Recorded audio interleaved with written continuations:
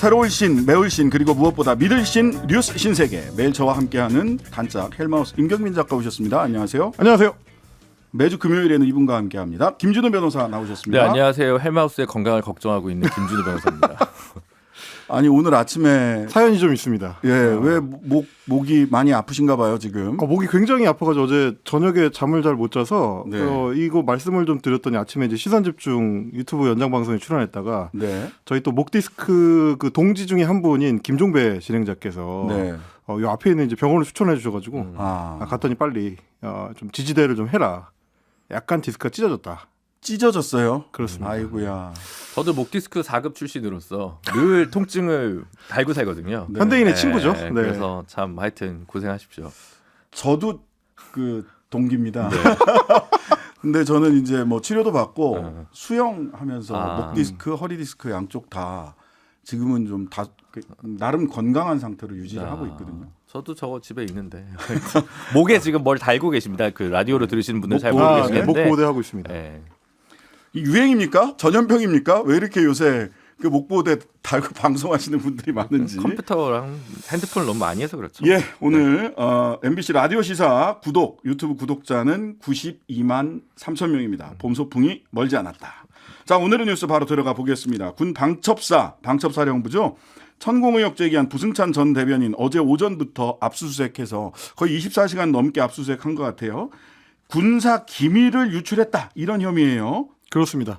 사이비 교주 천공이 대통령 관저 이전에 이제 개입한 것 아니냐라는 의혹을 제기했던 부승찬 전 국방부 대변인에 대해서 이제 어제부터 압수수색을 실시했다라는 소식이었는데 압수수색 얘기 나오니까 그러면 관련 사건인가라고 봤더니 그것도 아니고요. 일단 경찰이나 검찰에서 한 게 아니고 천공에 관련된 압수수색도 아니었다. 네. 군 방첩사령부 일명 이제 방첩사라고 부르는데 부승찬 전 대변인의 이제 자택과 국방부 재직 시에 사용했던 대변인실 개인 PC 이런 것들을 압수수색을 벌였고 어떤 사연인가 봤더니 얼마 전에 출간했던 저서에 비공개 회의 내용 혹은 당국자들과의 대화 내용 이런 것들이 포함되어 있어서 이게 군 기밀 유출이다라고 이제 방첩사에서는 이제 판단을 한 걸로 보입니다.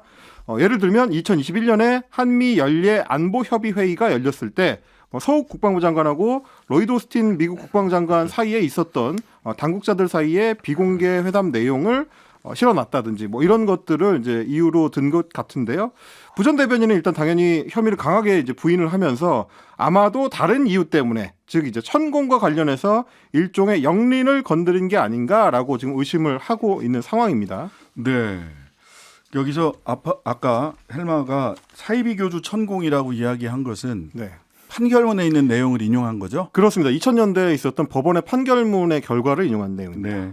거기에는 천공의 지위를 사이비 교주라고 저도 그 판결문을 구해서 읽어봤는데 뭐 그 당시에는 그랬는데 지금은 아닐 수도 있으니까 요거는 판결문은 인용한 것이다. 따옴표다. 그렇습니다. 라는 점을 이제 말씀을 드립니다. 그리고 군 방첩사령부 이제 방첩사라고 지금 언론에 나오는데 네. 요게 이제 뭐냐라고 하면 이제 뭐 쉽게 얘기하면 기무사가 이름이 2번 바뀌어서 방첩사가 된 것이고 네. 그래서 이제 작년 11월에 아마 개칭을 했을 겁니다. 그래서 이게 지금 저도 그렇고 모든 청취자분들이 약간 생소하실 텐데 그냥 원래 문재인 정부 때 기무사가 안보지원사령부라고 해서 이제 좀 해체, 그러니까 해편됐다고 그러죠. 축소가 됐었는데 이제 요게 좀 이름을 작년 11월에 바뀌면서 군 방첩사령부, 뭐 보통 방첩사라고 부르는 모양입니다. 예, 보안사에서 기무사로, 기무사에서 안보지원사령부로, 안보지원사령부가 방첩사령부로 이렇게 이름이 바뀌어 왔다라는 말씀까지 드리고요.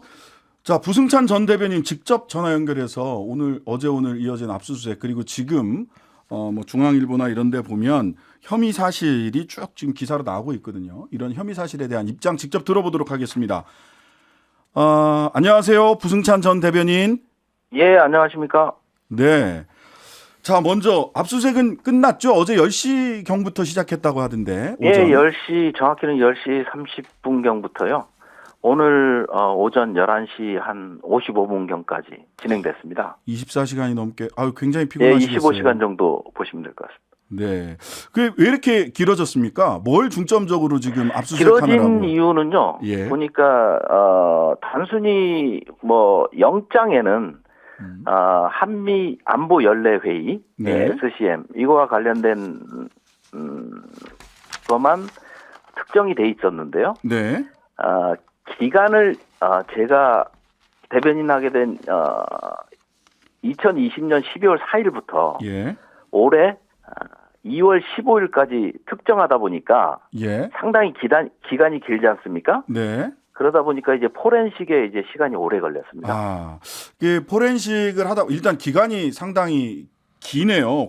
예. 고 한미 안보 협의회 SCM 요게 예. 혐의 사실이라면 실은 예. 그것만 딱 놓고 그 기간 동안만 하는 게 일반적인데 네. 대변인 재직 기간 전체를 다 봤다라는 게 하나가 좀 특이하고요. 두 번째는 여쭙고 싶은 건 보통 포렌식 할 때 어떤 키워드를 넣느냐를 보면 네. 키워드를 가지고 검색을 해서 포렌식해서 가져가잖아요. 예. 어떤 키워드를 넣는가를 보면 방첩사에서 주로 어떤 혐의를 보고 있다라는 거를 네. 유추해 볼 수 있을 텐데 어떤 키워드를 집어넣던가요? 일단 동맹과 관련된 거고요. 그다음에 네. SCM, 그다음에 이런 것들이 주가 되긴 했습니다. 네. 근데 이제 그거 외적으로 사실은 제가 대변인에 임명되고 1년 후 SCM 회의가 열렸지 않습니까? 네. 근데 그 앞쪽도 전부 했다라는 거는 네. 그 외적으로도 군사 기밀과 관련된 내용을 찾기 위한 노력의 일환이 아닌가 그렇게 보여집니다. 네.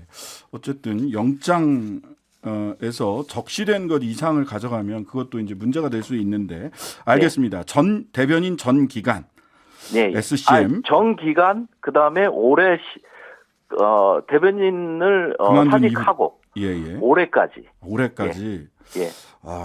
다 봤네요. 어쨌든 예, 이렇게 되면.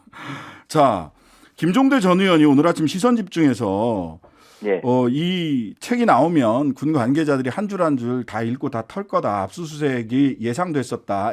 예상하고 있었다. 이렇게 얘기를 하셨어요. 우리 부승찬 전 대변인도 압수수색 들어올 수 있다. 이렇게 예상을 하셨나요? 압수수색은 예상을 사실은 못했습니다. 하지만 못하셨어요? 그 책의 어떤 진실성을 훼손할 목적으로 네. 군사 기밀을 가지고 시비를 걸 것이라고 제가 형사 고발된 이후 2월 4일인데요. 이후에 이런 다음 수순은 뭔가 그렇게 해서 SNS에 저의 신경을 올린 적은 있습니다. 네. 예. 자, 그러면 군사기밀보호법 위반 혐의입니다. 예. 네, 지금 우리 부대변인 정보장교 출신이시죠? 예, 그렇습니다. 군사기밀과 관련해서는 누구보다도 잘 아실 것 같은데 일단 예, 보안 점검도 나갔다 오고 그랬습니다. SCM 즉 한미 안보협의회 등 고위급 회담에서 오간 내용을 책에서 공개한 것이 군사기밀보호법 위반이다라고 보고 있다라고 중앙일보 등 여러 언론에서 이야기를 하고 있는데 이런 혐의 군사기밀보호법 위반 맞습니까? 군사 기밀 우선요. 군사 기밀이 되려면 네. 구체적인 내용이 있어야 하고요. 네.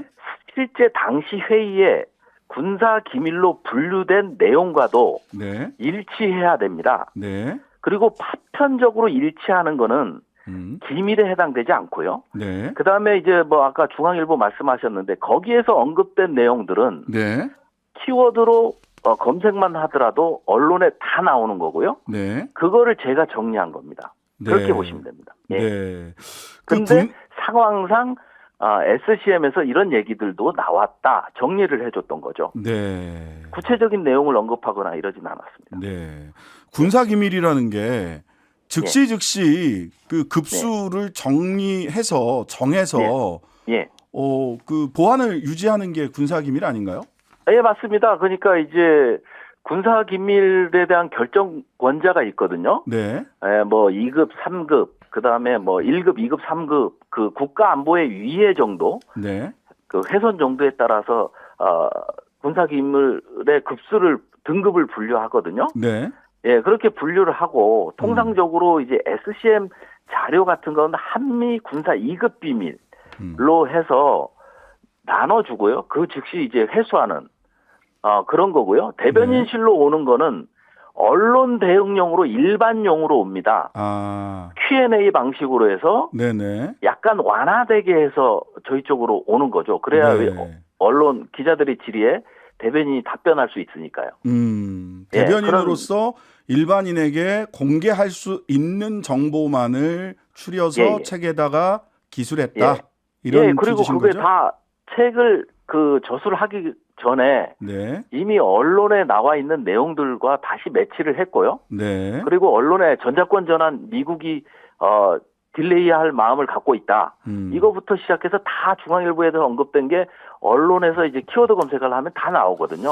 자, 그렇다면 예. 부대변인님 말씀으로는 그 군사기밀이라고 할 게 없다 이런 말씀이셨는데 예, 예. 왜 어제 이런 압수수색이 전격적으로 이루어졌을까요? 추측하는 바가 있으실 텐데요. 저는 천공 의혹과 관련이 있다고 좀 보여집니다. 네. 왜냐하면 저는 군사기밀을 책에 포함하지 않았다고 확신을 하거든요. 네. 그리고 결국은 이렇게 확신하는 상황에서 제가 이제 천공 의혹을 제기했지 않습니까? 네. 그러다 보니까 이거와 연결을 정치적 의도가 있다라는 쪽으로 연결을 시키지 않을 수가 없는 네. 그런 입장이라는 말씀을 드리고 싶습니다. 네. 알겠습니다. 지금까지 부승찬 전 국방부 대변인의 입장 전해드렸습니다. 감사합니다. 감사합니다. 네. 방첩사에서는 천공과는 전혀 관계가 없다라고 하는 해명을 내놨다라는 것까지 전달해 드리고요.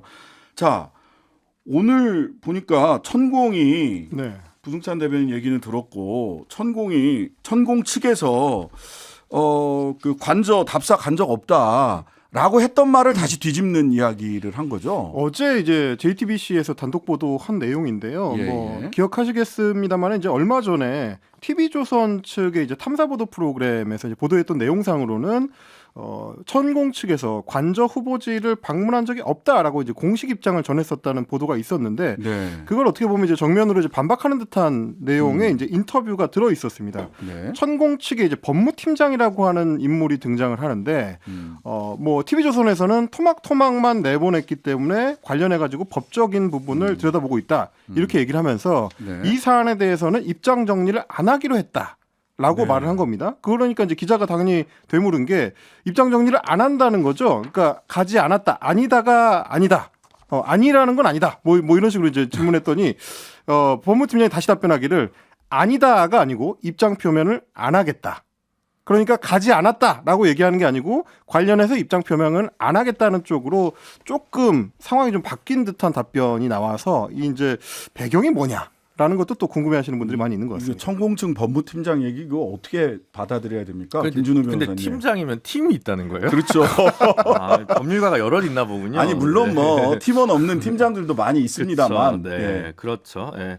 그러니까 이걸 왜 굳이 뭐 그럼 아니면 아니라고 얘기하면 될 텐데 그렇게 말 못하는 걸 보면 네. 기다라고 알아들어야 되는 건지 그러니까. 일반인의 상식으로는 도저히 좀 이해하기 어려운 그런 부분인 것 같습니다. 본인이 이제 안 그러면 이게 뭐 조사를 받거나 이렇게 됐을 때를 예비한 것인지 본인이 굉장히 깨끗하다면 그걸 그냥 아니라고 얘기하면 그냥 되게 끝날 것 같은데 예. 오히려 세간의 의혹을 증폭시키는 발언을 자초하는 이유를 잘 모르겠다라는 생각이 예. 들었습니다. 이게 이제 TV조선이 탐사보도 세븐이라는 데서 안 갔다라고 하는 확정적으로 보도를 했었는데 그 보도를 어쨌든 부인한 거죠. 네. 그렇습니다. 어쨌든 부인하는 데까지 갔어요. 갔다는 건지 안 갔다는 건지는 밝히지 않는 것이 입장이다.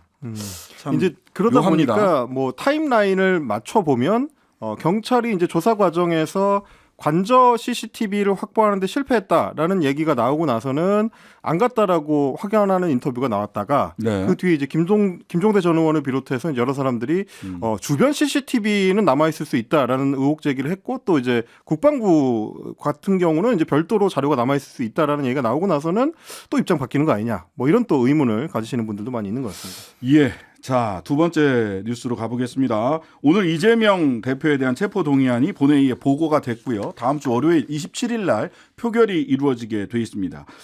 많은 말들이 조금은 좀 그 강도가 세졌죠. 양쪽 다. 그렇습니다. 지금 이제 민주당 같은 경우는 뭐 대체적으로 의원들이 압도적 부결 쪽에 힘을 싣고 있는 분위기긴 한데 야권 내에서도 목소리가 좀 갈립니다.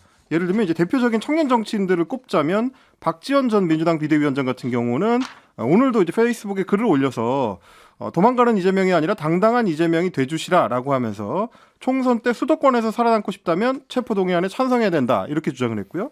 반대로 용해인 기본소득당 의원 같은 경우는 국회에서 기자회견을 별도로 열었습니다.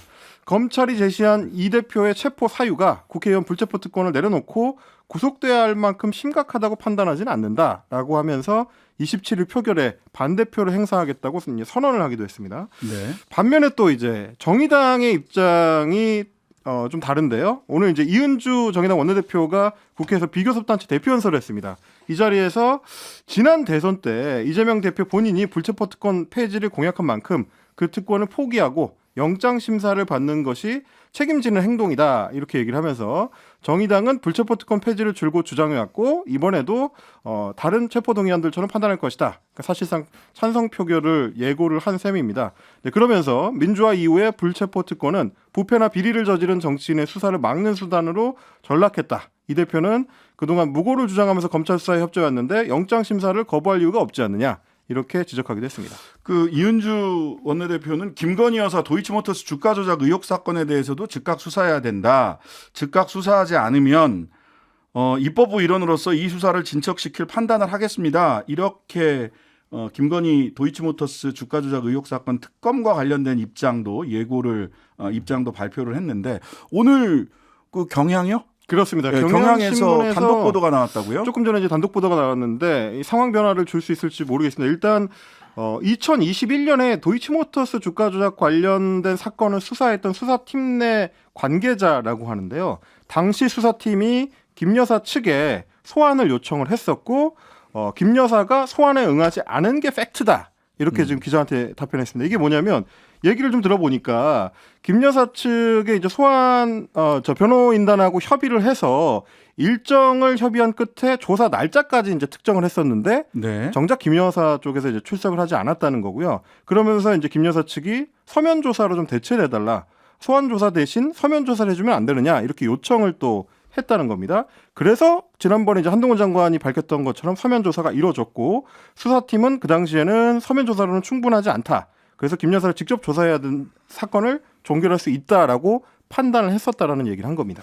그 한동훈 법무부 장관이 소환 일정을 협의한 사실은 있지만 정식으로 소환한 적은 없다.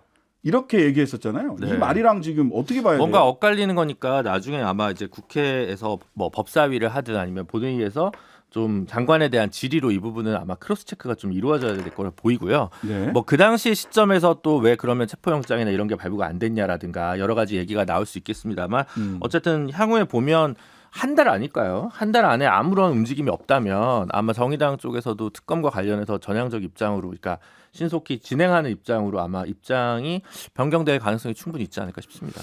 2월 말까지라고 강은미 의원이 얘기를 했기 때문에 그렇습니다. 2월 말 다음 그렇습니까? 주 화요일이에요. 아, 네. 예, 거의 지나고 나면 3월 달에는 김건희 특검도 결국 야당들이 전체적으로 뜻을 모아서 추진을 하게 되지 않을까 싶고요. 자, 오늘 검찰 출신 정순신 변호사가 경찰 국수본부장에 임명됐습니다. 그렇습니다. 경찰청 국가수사본부 그러니까 경찰청 내에서는 경찰청장 바로 밑에 넘버 2라고 할 수 있는데 이게 이제 새 수장으로 검찰 출신 인사가 임명이 되면서 경찰 조직 내부에서 상당히 좀 혼란스러운 반응들이 나오고 있습니다. 국수본 본부장 자체가 권한과 상징성이 상당히 큰 자리이기 때문인데 2021년에 경찰 수사 지휘권을 폐지하면서 경찰 수사권 독립의 상징적 기관으로 이제 국수본이 설립이 됐고요. 그리고 국수본 본부장은 전국 18개 시도경찰청장과 경찰서장은 물론이고 3만 명에 이르는 전국 수사경찰을 지휘하는 역할을 합니다. 그래서 한국판 FBI라고 불리고 있는데 국수본부장은 또 별도로 경찰청장한테는 없는 개별 사건에 대한 수사 지휘권도 가지고 있습니다. 그러니까 명분뿐만 아니라 실질적인 권한도 갖고 있는 자리인데 여기에다가 검찰 출신 인사, 검사 출신 인사를 임명하는 게 맞느냐. 결국에는 검찰로부터 수사 지휘권을 독립했던 게 무위로 돌아가는 결과가 된 거 아니냐. 경찰 수사권을 검찰이 통째로 장악했다. 라는 좀 격앙된 반응들이 나오고 그러니까 있다고 합니다. 경찰 조직을 네, 간단히 김준호 변호사님. 설명드리면 경찰청장 밑에 이제 치안 정감 자리가 7개가 있습니다. 7자리 있죠. 서울청장, 인천청장, 경기남부청장, 그다음에 부산청장, 그다음 경찰대 학장, 경찰청 차장, 그리고 이제 이 국가수사본부장 7개거든요. 근데 이게 이제 개방 공모직이다 보니까 이제 이번 주에 남구준 초대 본부장이 이제 퇴임을 했는데 네. 사실 작년 여름부터 소문이 났어요. 예, 몇 달 전부터 네, 났어요. 검사 출신이 나왔고 구체적 이름이 거명됐는데 그분이 지금 오늘 임명됐다고 한 정순신 이분인데요. 이건 검경 일체가 아닌가라는 생각이 들어서 네. 유감스러운 면이 아닌가 싶습니다. 네, 요 사안은요. 잠시 광고 듣고 와서 조금 더 이야기해 보도록 하겠습니다. 잠시만요. 신장식의 뉴스 아이킥 부상 투혼의 헬마우스 임경민 작가 그리고 김준우 변호사와 함께 뉴스 신세계 진행하고 있습니다.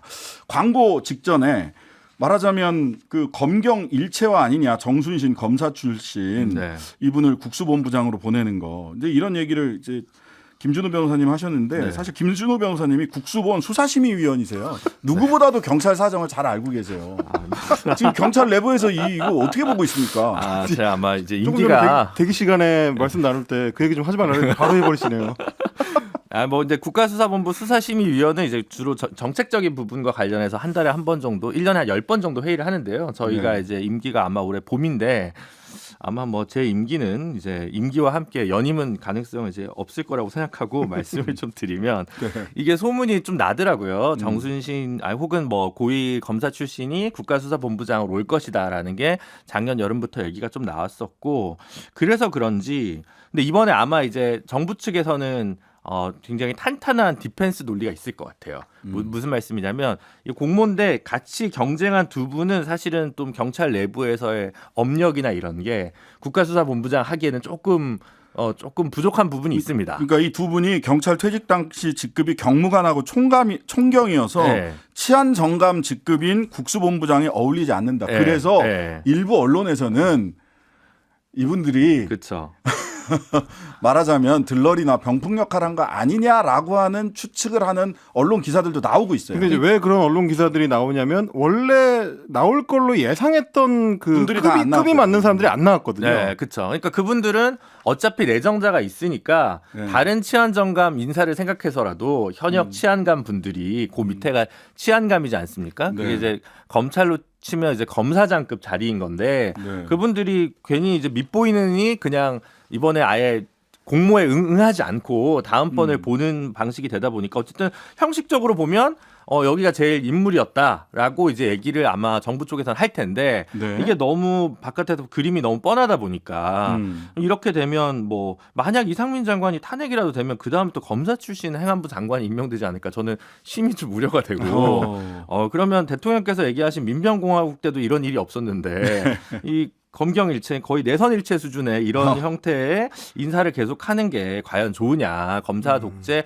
검찰 독재에 대한 이야기가 정치적인 민주당의 레토릭이 아니라 자꾸 현실이 되면 정부 입장에서도 좋을 게 없는데 굳이 이렇게 무리하게 하는 이유를 저는 잘 모르겠습니다. 정순신 이분 어떤 분인지 조금만 더 소개를 해주시죠. 그렇습니다. 지금 말씀하신 부분에 이어서 이제 가보자면 그러다 보니까 경찰 내부에서 걱정하는 목소리 중에 하나는 뭐냐면 정 본부장이 임명됨으로써 차기 경찰청장 후보군에 이제 들어가게 됐다는 그렇지. 겁니다. 치안정감이 올라가는 거니까 치안정감 그렇습니다. 7명 중에 1명이 된 거예요. 어쨌든 형식은 이미 이제 갖춰졌다는 걱정이 나오는 거고 경찰에서 단 한 번도 근무한 적 없는데 첫 경찰 보직이 치안정감입니다. 그러다 보니까 이제 이런 어떤 우려가 나올 수 있는 이유는 애초에 정순신 본부장이 윤석열 대통령하고 굉장히 좀 친한 최측근 검사 출신이다라는 얘기 때문입니다. 이제 검사에 재직을 하고 있을 때 윤 대통령과 같이 대검찰청 그리고 서울중앙지검에서 이제 함께 근무했었던 인연이 있고 박근혜 국정농단을 수사할 때 특수본에서도 이제 일을 했었습니다. 네. 그리고 이제 검찰 내에 이제 특수통 엘리트 라인 중에 한 명으로 이제 꼽히는데 예를 들면 이영렬, 안태근 전 검사장들이 이제 벌였던 소위 말하는 돈봉투 만찬 사건이 있습니다. 그때 이원석 검찰총장과 함께 배석했었던 사법연수원 27기 동기입니다. 한동훈, 이원석, 정순신 다 동기입니다. 그러니까 이렇게 되면은 법무부 장관, 사법연수원 27기 출신 검사, 검찰총장 27기 출신 검사, 경찰 국수본 본부장 27기 출신 검사 이렇게 해서 사정 핵심 라인의 수장이 사실상 27기 출신 검사로 다 채워진 거 아니냐 이런 얘기가 나오는 거죠. 그리고 이분 네. 김만배 변호인 출신이세요? 아 그래요? 그건 좀 놀라운데요. 근데 아마 국가수사본부장은 다른 치안정감 자리와 달리 임기가 보장된 자리입니다. 네. 그래서 크게 무리하지 않나 이제 모르겠습니다. 그 끝나고는 모르겠는데 어쨌든 네. 임명됐으면 임기는 채우는 방식으로 가지 않을까 그런 생각을 또 해봅니다. 자, 4대 권력기관이 있습니다. 검찰, 경찰, 국세청, 국정원. 검찰은 뭐 검찰총장이고요. 경찰은 국수본 검찰 출신. 국정원 기조실장 검사 출신 다 이렇습니다. 4대 권력기관 국세청에도 검사들 많이 지금 파견가 있고요. 자, 이래도 되는 건지 뉴스 신세계 지금까지 헬마우스 임경민 작가 그리고 김진우 변호사였습니다. 감사합니다. 고맙습니다. 하루 종일 기다려지는 진짜 시사. 평일 저녁 6시 5분 신장식의 뉴스 하이킥.